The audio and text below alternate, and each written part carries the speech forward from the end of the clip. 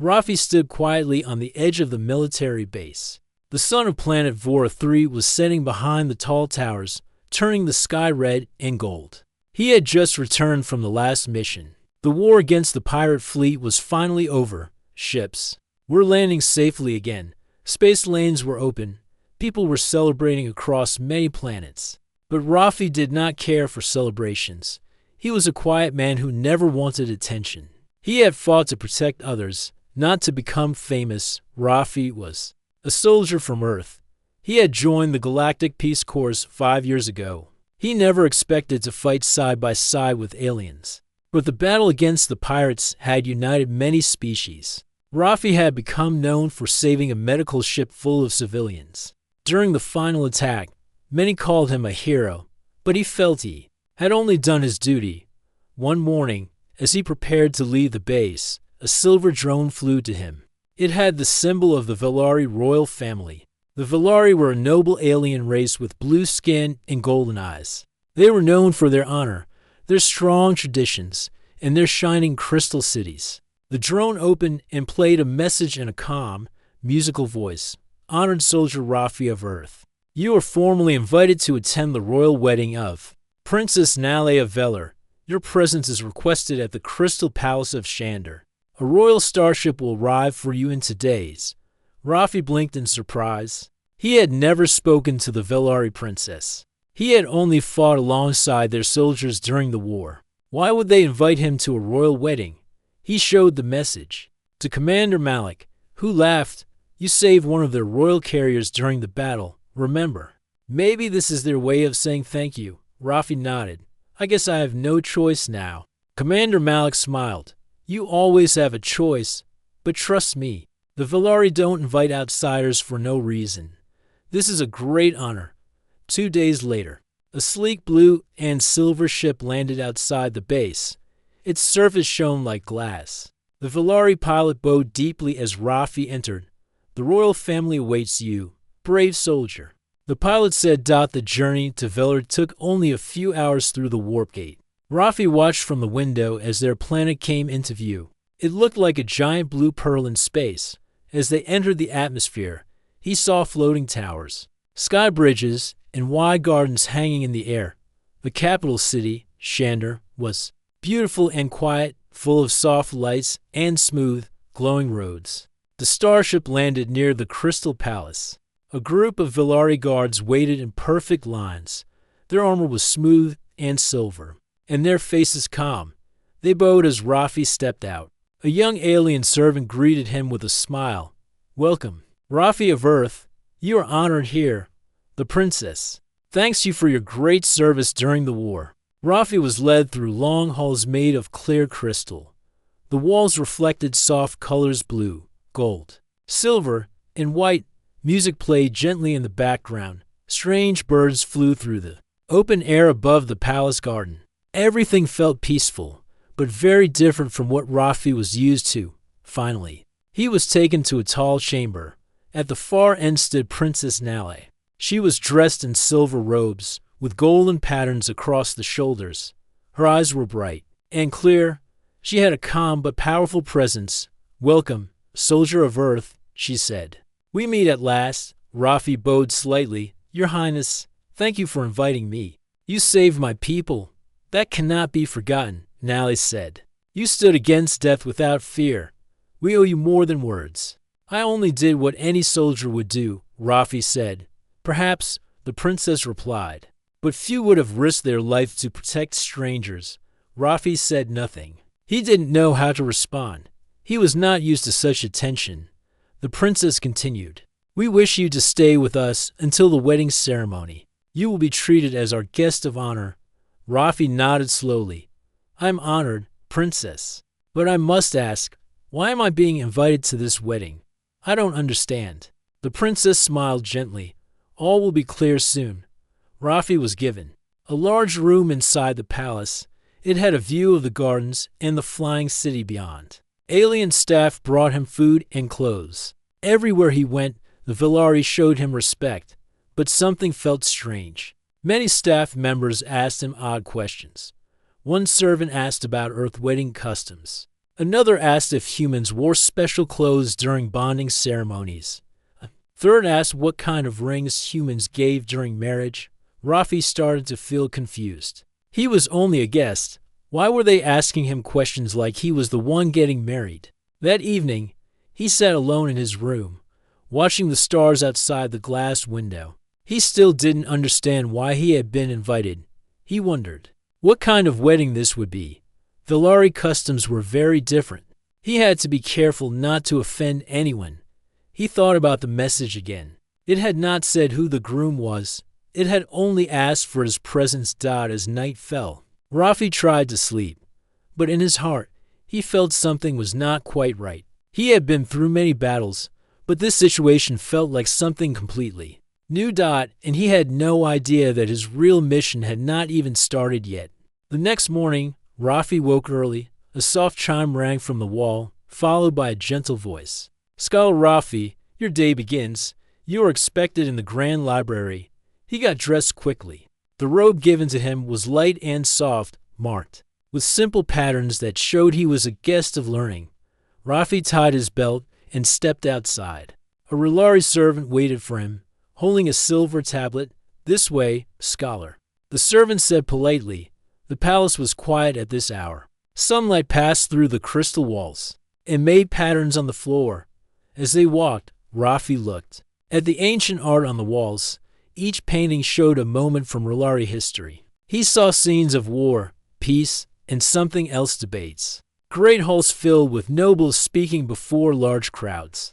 The servant led him to a tall gate carved from blue stone. It opened slowly, revealing a vast chamber. Shelves filled with glowing scrolls reached to the ceiling. Round tables stood in quiet corners. Strange birds rested on high beams, watching in silence. Solon, the royal librarian, stood waiting near the center. "Welcome, Rafi," he said. "Today, you will begin with the Song of the Four Moons. It is one of our oldest poetic records." Rafi nodded. "I am ready." Solon handed him a scroll. The writing on it was curved and flowing. Rafi read the title aloud, Shanveltan or Elan. He paused, unsure of the rhythm. Solon corrected him gently. "The third tone is soft, like a breeze." Rafi repeated the line, adjusting the sound. This time, Solon smiled. "Better. You learn quickly." Rafi sat at one of the tables. He spent hours copying the script and repeating the lines. He paid attention to every small sign, every tiny shift in sound. The Rulari language was complex. One word could change meaning with a single rise or drop in voice. Their poetry was even more delicate. It was not only about grammar. It was about feeling, history, and honor. As he worked, he noticed the Rulari scholars whispering near a corner. They looked at him and smiled. In a quiet, mocking way, Rafi heard the word broken tongue. He didn't react. He kept working. Later that day, he walked through the garden near the east wing. There, he saw Princess Tvela again. She stood beneath a crystal arch, speaking to a group of guests. Her voice was clear and sharp. Her robe flowed behind her. As she moved with grace, when she noticed Rafi, she raised one eyebrow. Our brave scholar," she said. "Tell me, have you mastered our tongue yet?" Rafi bowed. "Not yet, princess, but I am learning." She stepped closer, her golden eyes full of amusement. "Do you know what they say in the city? They say the human speaks like a tired machine. Do you agree?" Rafi stayed calm. "I believe every language has its rhythm. I am still finding yours." Tvela smiled, pleased by his answer. "Careful words. You may be slower than our children, but you are not foolish." Her guest laughed quietly. Rafi gave a respectful nod, then asked, "May I ask a question?" "Princess, you may." "Why is your language filled with metaphors? Even your law texts are poetic." Tvela paused for a moment, as if surprised. Then she answered, "Because we believe plain words carry plain thoughts. A Rulari noble must speak with meaning, not just information." Rafi nodded. "Then your people do not only speak to be understood. They speak to be remembered." Tvela looked at him with interest. She did not speak for several seconds. Then she turned back to her guests. "Let us see if the scholar will remember that tomorrow." She said, Rafi left the garden and returned to the library. He worked late into the evening. His fingers were sore from writing. His voice was dry from speaking the same lines again and again. But he kept going. He studied old stories, learned how ancient nobles debated with careful words. He copied love songs and war speeches. He noticed that some words had changed over time, while others stayed the same for thousands of years. Solon walked over near Sunset and placed a hand on his shoulder. "You have something the others don't," the old librarian said. "What is that?" Rafi asked. "You listen." That night, Rafi lay on his bed, looking up at the soft lights on the ceiling. He thought about the princess. She was clever and proud, but also sharp with her words. She had grown up hearing praise. Maybe that was why she mocked so easily. But he had grown up in a small house on Earth. His parents had spoken 3 languages at home. His grandmother had told stories in an old tongue that no one else used anymore. Rafi had learned to listen before speaking. That habit had stayed with him. He remembered what Tvel said, that plain words carried plain thoughts. He smiled at the idea. For him, a word was never plain. Every word held history, effort, and voice. Rafi closed his eyes and whispered a line from the scroll he had studied. Nariel Tor. Vasatan. The wind does not speak, yet it moves the world. He repeated it again and again, shaping the tone carefully. The next day, he would speak in front of others. He had been invited to a scholar's circle. Tvel would be there. So would the nobles who had laughed behind his back. Rafi was not afraid. He did not come to impress. He came to learn. But if they wanted to test his voice, they would hear it, and he would make sure they remembered it. The grand hall of voices was full. Long rows of silver benches lined the walls, with nobles seated in perfect order. The ceiling above sparkled with a moving map of the stars. At the center stood a raised platform made of dark stone, used for formal speech contests. Every month, the royal scholars gathered here for the tradition known as the language duel. This time, a human had been invited to speak. Rafi walked slowly down the long aisle. He wore the formal robe given by the palace's simple white garment. With a blue sash, his hands held a scroll. His steps were calm, but his heart was heavy. He knew this was not just a speech. It was a test. Many wanted him to fail. Some thought he should not even be there. At the far end of the hall, Princess Tvela sat on a high seat, surrounded by her advisors and royal guards. She wore a dark gold robe and a thin crown of crystal. Her face showed no expression. Solon stood beside the platform. He stepped forward and raised his hand. "Today," he said, "we welcome a new voice." Scholar Rafi of Earth has studied the Rulari language in our library. He has chosen a piece from our oldest tradition, the Hymn of First Peace. There were soft whispers in the hall. The Hymn of First Peace was not easy to recite. It used ancient grammar and delicate tone changes. It was a choice that carried risk. Most foreign visitors never tried it. Rafi took his place on the platform. He opened the scroll, but he did not look down at it. He had memorized every word. He took a deep breath and began. His voice was steady, soft at first, then stronger with each line. He followed the rhythm with care. Every syllable was placed with purpose. Every pause had meaning. The language of the Rulari flowed from his mouth not as a tool, but as a gift. The audience grew quiet. Even those who had laughed at him before now leaned forward. Tvel watched with narrowed eyes. She had expected broken words and awkward sounds. But what she heard was something different. His accent had softened. His pitch was nearly perfect. His delivery matched the tone used by royal speakers in history. When Rafi reached the final verse, the hall was silent. Votel Nan Sharon. El Tar Alun Sa. We did not raise hands. We raised voices. He ended with a slight bow, then stepped back. For a long moment, no one moved. Then came the sound of slow clapping. Solon had started it. A few nobles joined. Soon, the entire hall echoed with polite applause. Rafi remained still. He did not smile. He had not come for praise. He had come to be understood. Tvela stood. "The hymn of first peace is sacred," she said. "Few among us attempt it. Even fewer get it right. Rafi of Earth, You did not speak it as we do, but you spoke it with respect. That matters. Rafi bowed. Thank you, princess. She walked down from her seat and approached him, her golden eyes searched his face. I once said your tongue was too heavy for our words, she said. It seems I spoke too early. Rafi replied gently. Words have weight, princess, but so does silence. She raised her eyebrows.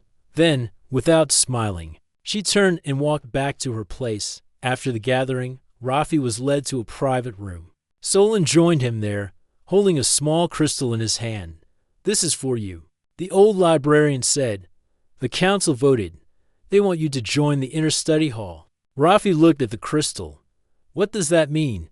It means your voice is now part of the learning circle, Solon explained. You may now read sacred texts that were once forbidden to outsiders.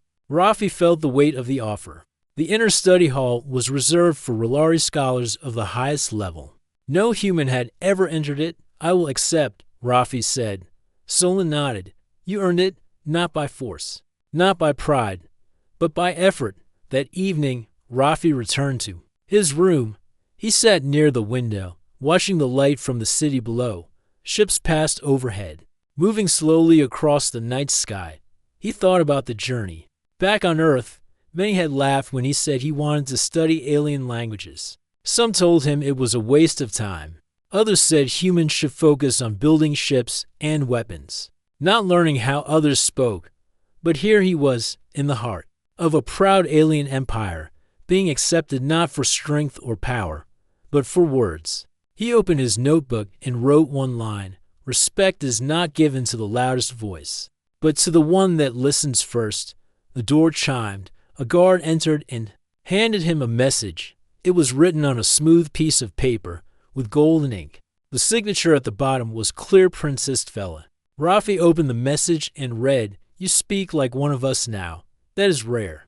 I challenge you to learn the language of the South Shrine next. Few even among the nobles speak it. If you succeed, perhaps I will believe that humans are more than imitators. There was no insult in the note, just a new challenge. Rafi placed the message beside his notebook. He was ready. The message from Princess Tvela lay open on Rafi's table. Its golden letters still shimmered under the soft light of his room. The challenge she had written was clear. She wanted him to learn the language of the South Shrine, an ancient dialect almost lost to time. Few R'hllari knew it, even fewer could speak it. Rafi studied the note again. There was no anger in her words, no mockery this time, just a direct challenge. One that showed curiosity, one that showed respect in its own quiet way. He picked up his notebook and walked toward the Royal Library. When he arrived, Solon was waiting. So, you saw her message, the old librarian said with a small nod. I did, Rafi replied. She wants me to learn the South Shrine dialect. Solon led him into a quiet part of the library where few ever went. The walls here were not silver like the rest of the palace, but dark gray stone. Old scrolls and crystal tablets lined the shelves. A thin layer of dust rested on the tops of the cases. This is the Hall of Forgotten Tongues, Solon said. Most R'hllari scholars have stopped studying these. The South Shrine dialect is buried in here. You will not find simple lessons. Only old prayers, broken chants, and damaged stories. Rafi took a breath and stepped inside. For the next several days, Rafi worked alone in silence. His fingers brushed over ancient carvings. His eyes moved slowly through strange letters. The words were different from standard R'hllari. They felt deeper. He began to notice patterns. Some of the sounds came from the breath rather than the throat. Some words held meanings that changed based on who was listening. He kept notes in his notebook, writing carefully. Whenever he found a full sentence, he spoke it aloud, repeating it until it felt natural. Every evening, he received a message from Tvela. None of them were long, just one line. Did you find the voice of the stones? Can you feel meaning without speaking? Are you still trying? Rafi never replied, but each message pushed him to continue. On the fifth day, he found a passage carved on a broken stone near the back of the hall. The words were faded, but he could still read most of them. It was a story, a tale of a traveler who came from the west, unable to speak. yet who brought peace to a land full of conflict. The traveler listened more than he talked. When he finally spoke, the people stopped fighting, not because his voice was loud, but because it was honest. Rafi closed his notebook. He stood up and began to speak the story aloud in the South Shrine dialect. Slowly at first, then smoother as the rhythm returned to his memory. The sounds were rough, but his tongue adjusted. His voice echoed softly against the stone walls. When he finished, Solon entered the hall. "I heard you," the old librarian said. "Not perfect, but true." "Is that enough?" Rafi asked. "More than enough. You're ready." The next morning, Princess Tvel called for Rafi. He entered the royal chamber, where she stood beside a small table. On it rested a clear crystal bowl filled with sand from the southern cliffs. A sign of ancient R'hllari history. Tvel turned to face him. "Speak it," she said. "Let me hear the forgotten voice." Rafi bowed. Then he began. The story of the Western traveler flowed from his mouth.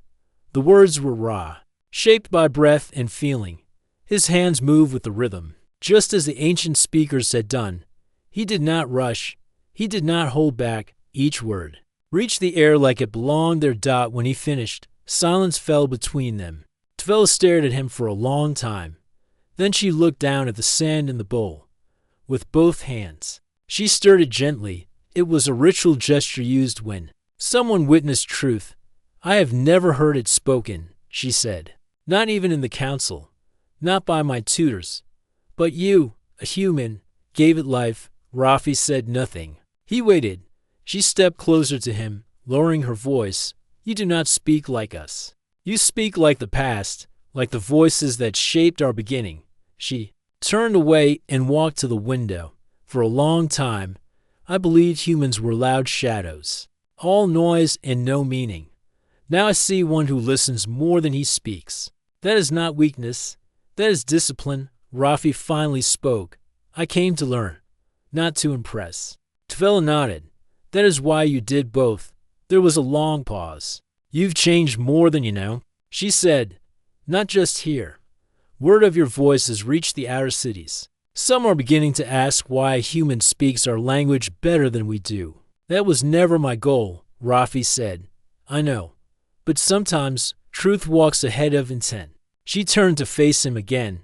"I will no longer test you. You've passed something greater than a trial. From now on, you will speak for Earth in my court. Not as a servant, as a scholar." Rafi bowed with respect. "Thank you, Princess." As he left the chamber, he passed the same guards who once looked down on him. Now, they stepped aside without a word. Back in his room, he opened his notebook and added a new line, the deepest echo comes not from thunder, but from a single word spoken in silence. That night, he stood by the window, watching the sky. The stars had not changed, but something else had.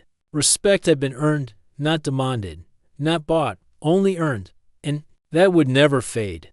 The message from Princess Tvel lay open on Rafi's table. Its golden letters still shimmered under the soft light of his room. The challenge she had written was clear. She wanted him to learn the language of the South Shrine, an ancient dialect almost lost to time. Few R'hllari knew it, even fewer could speak it. Rafi studied the note again.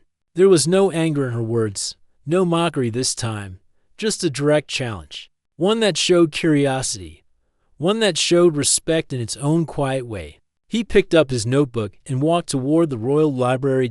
When he arrived, Solon was waiting. "So, you saw her message?" the old librarian said with a small nod. "I did," Rafi replied. "She wants me to learn the South Shrine dialect." Solon led him into a quiet part of the library where few ever went. The walls here were not silver like the rest of the palace, but dark gray stone. Old scrolls and crystal tablets lined the shelves. A thin layer of dust rested on the tops of the cases. "This is the Hall of Forgotten Tongues," Solon said. "Most R'hllari scholars have stopped studying these. The South Shrine dialect is buried in here. You will not find simple lessons. Only old prayers, broken chants, and damaged stories." Rafi took a breath and stepped inside. For the next several days, Rafi worked alone in silence. His fingers brushed over ancient carvings. His eyes moved slowly through strange letters. The words were different from standard R'hllari. They felt deeper. He began to notice patterns. Some of the sounds came from the breath rather than the throat. Some words held meanings that changed based on who was listening. He kept notes in his notebook, writing carefully. Whenever he found a full sentence, he spoke it aloud, repeating it until it felt natural. Every evening, he received a message from Tvela. None of them were long, just one line. Did you find the voice of the stones? Can you feel meaning without speaking? Are you still trying? Rafi never replied, but each message pushed him to continue. On the 5th day, he found a passage carved on a broken stone near the back of the hall. The words were faded, but he could still read most of them. It was a story, a tale of a traveler who came from the west, unable to speak, yet who brought peace to a land full of conflict. The traveler listened more than he talked. When he finally spoke, the people stopped fighting, not because his voice was loud, but because it was honest. Rafi closed his notebook. He stood up and began to speak the story aloud in the South Shrine dialect, slowly at first, then smoother as the rhythm returned to his memory. The sounds were rough, but his tongue adjusted. His voice echoed softly against the stone walls. When he finished, Solon entered the hall. I heard you, the old librarian said. Not perfect, but true. Is that enough? Rafi asked. More than enough. You're ready. The next morning, Princess Tvela called for Rafi. He entered the royal chamber, where she stood beside a small table. On it rested a clear crystal bowl filled with sand from the southern cliffs. A sign of ancient R'hllari history. Tvela turned to face him. Speak it, she said. Let me hear the forgotten voice. Rafi bowed. Then he began. The story of the Western traveler flowed from his mouth. The words were raw, shaped by breath and feeling. His hands moved with the rhythm, just as the ancient speakers had done. He did not rush. He did not hold back. Each word reached the air like it belonged there. When he finished, silence fell between them. Tvela stared at him for a long time. Then she looked down at the sand in the bowl. With both hands, she stirred it gently. It was a ritual gesture used when someone witnessed truth. I have never heard it spoken, she said. Not even in the council. Not by my tutors. But you, a human, gave it life. Rafi said nothing. He waited. She stepped closer to him, lowering her voice. You do not speak like us. You speak like the past, like the voices that shaped our beginning. She turned away and walked to the window. For a long time, I believed humans were loud shadows, all noise and no meaning. Now I see one who listens more than he speaks. That is not weakness. That is discipline. Rafi finally spoke. I came to learn, not to impress. Tvela nodded. That is why you did both. There was a long pause. You've changed more than you know, she said. Not just here. Word of your voice has reached the outer cities. Some are beginning to ask why a human speaks our language better than we do. That was never my goal, Rafi said. I know. But sometimes truth walks ahead of intent. She turned to face him again. I will no longer test you. You've passed something greater than a trial. From now on, you will speak for Earth in my court. Not as a servant, as a scholar. Rafi bowed with respect. Thank you, Princess, as he left the chamber. He passed the same guards who once looked down on him. Now, they stepped aside without a word. Back in his room, he opened his notebook and added a new line, the deepest. Echo comes not from thunder, but from a single word spoken in silence. That night, he stood by the window, watching the sky. The stars had not changed, but something else had. Respect had been earned, not demanded, not bought, only earned, and that would never fade. The news of the trial of tongues traveled fast. By the next day, people across the R'hllari Empire were talking about it. From the busy trade ports to the quiet mountain cities, citizens spoke of Princess Tvela's graceful defense in her strong, clear voice.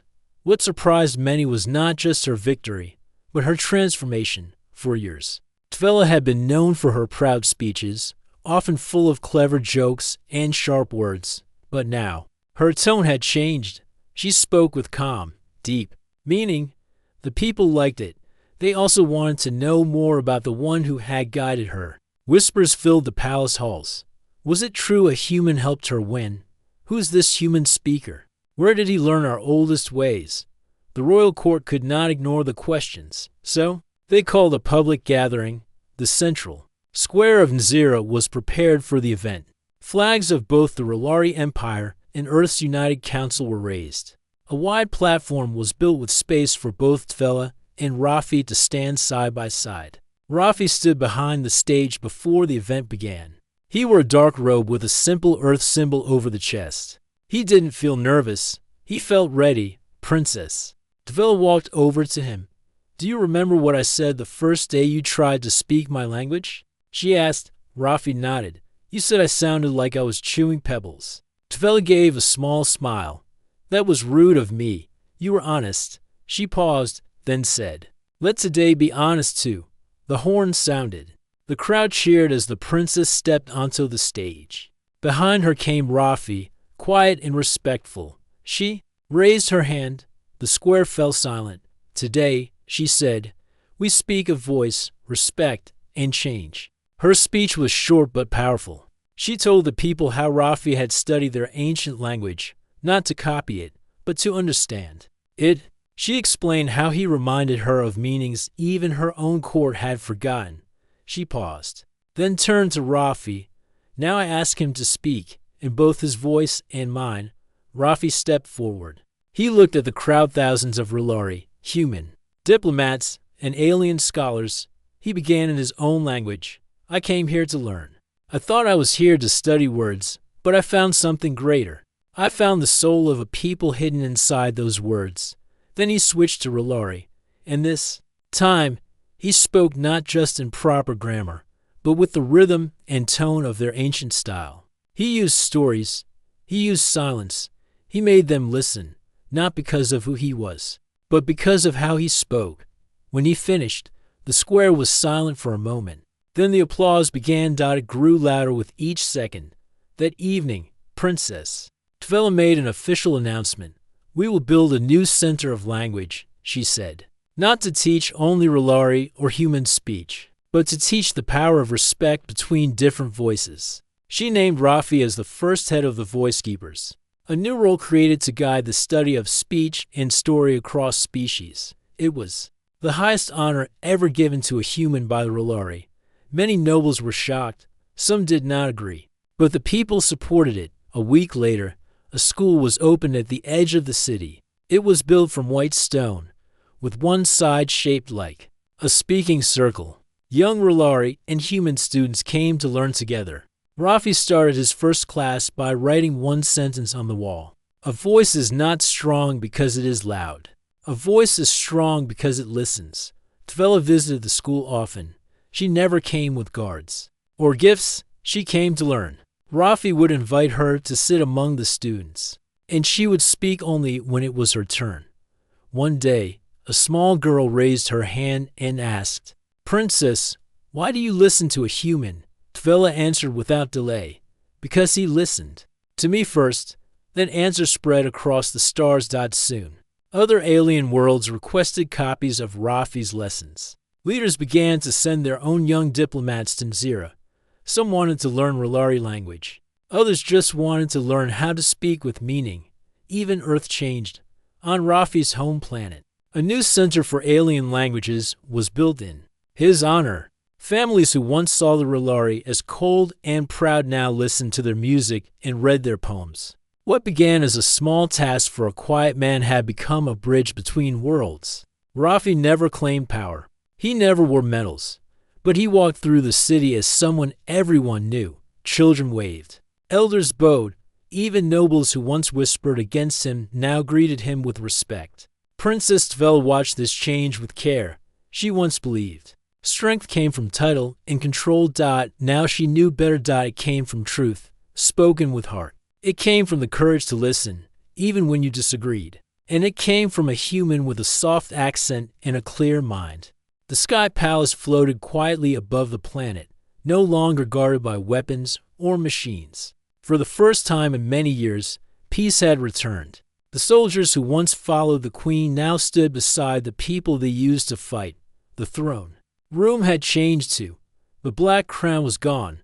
The queen sat silently, her power broken. Lyra stood in the center of the chamber. The gold crystal in her hand was now dim. It had done its job. The truth had been shared, all across the stars. Those who had once obeyed without question had stopped to listen. Rafi walked beside her. His clothes were torn, and he had a cut above his eye, but he smiled. "You did it," he said. "We did it," Lyra replied. Soren entered the chamber with a group of rebels. He bowed slightly to Lyra and looked around the room. No one thought this day would come, he said. Even in dreams, we never saw the queen fall. Lyra looked at the tall windows where the stars shone like lanterns. She is not gone, just no longer feared. The queen did not speak. She sat with her head down, her hands still. Rafi turned to Lyra. What will happen now? She thought for a moment. The people must decide. This is not my rule. It must be a council, a place where all voices can be heard. Soren nodded. A council is a wise step. Many will follow your lead. Outside the palace, ships arrived from every corner of the galaxy. Some were small and old, others new and fast. They came not for war, but for talks. Leaders from human colonies, Zaharan tribes, and other alien worlds walked side by side into the great hall. A week passed. During this time, the palace turned from a place of power into a meeting ground. Long tables filled the chamber. People spoke with open hearts. There were arguments, but also laughter and hope. Lyra sat at the head table, not as a ruler but as a guide. Rafi sat beside her, helping when needed, watching the room carefully. He saw how people who had once hated each other were now talking, shaking hands, and sharing ideas. In the evening, Lyra and Rafi walked outside onto the upper platform of the palace. The stars above looked close. Below, the planet glowed with lights of new cities, some already flying peace flags. Rafi looked at her. Do you ever miss your old life? Before all this, Lyra smiled gently. My old life was a prison. This may be difficult, but it is real. I am finally free to choose. He nodded. I used to think humans were alone in the universe, but now I see we were just quiet, waiting for the right time to speak. Lyra turned to him. You helped us find that voice. The next morning, the council gave its first decision. The queen would not be punished. She would be given a place to live in silence, far away, where she could no longer command others. Some disagree with this, but Lyra reminded them that revenge was the old way. The new way was peace. The queen left without a word. Her ship took her beyond the edge of known space. No one knew if she would ever return. Most hoped she would not. Weeks passed. Rafi worked with engineers to rebuild human cities. Lyra met daily with leaders to create a new system of laws. Soren returned to his home planet to bring the message of peace to his people. One evening, as Rafi worked on a damaged water system, a child ran up to him. The boy held a small piece of metal shaped like a star. Is this from your ship? The boy asked. Rafi laughed. No, but it's a good piece. You can keep it. Maybe one day you'll fly your own ship. The boy smiled and ran back to his friends. Later, Rafi met Lyra at the edge of the river that flowed beneath the palace. This place feels different now, he said. Like it's breathing again. It is. Lyra replied, peace is not quiet. It is full of life. They watched birds fly across the sky and heard music from a nearby village. The people were rebuilding not just buildings but trust. Rafi looked at her. What's next? We continue, Lyra said. There are still lost systems, places that need help. We send teams, we grow together. He smiled. And you? Will you stay here? Lyra looked up at the stars. For now. But I will not stay forever. My path is wide. There are still things I must understand. Then I'll come with you when the time is right. Rafi said. She looked at him, a calm strength in her eyes. Thank you. By the time the moon rose, a new banner flew over the sky palace. It had no crown, no sword, no sign of control. Only one symbol, an open hand with light flowing from it. The message was clear. This was no longer a place of rulers. It was a place for all. The stars above watched quietly as the galaxy changed. One word at a time, one voice after another. And in that quiet, something powerful began to grow. Not power, not fear. Hope.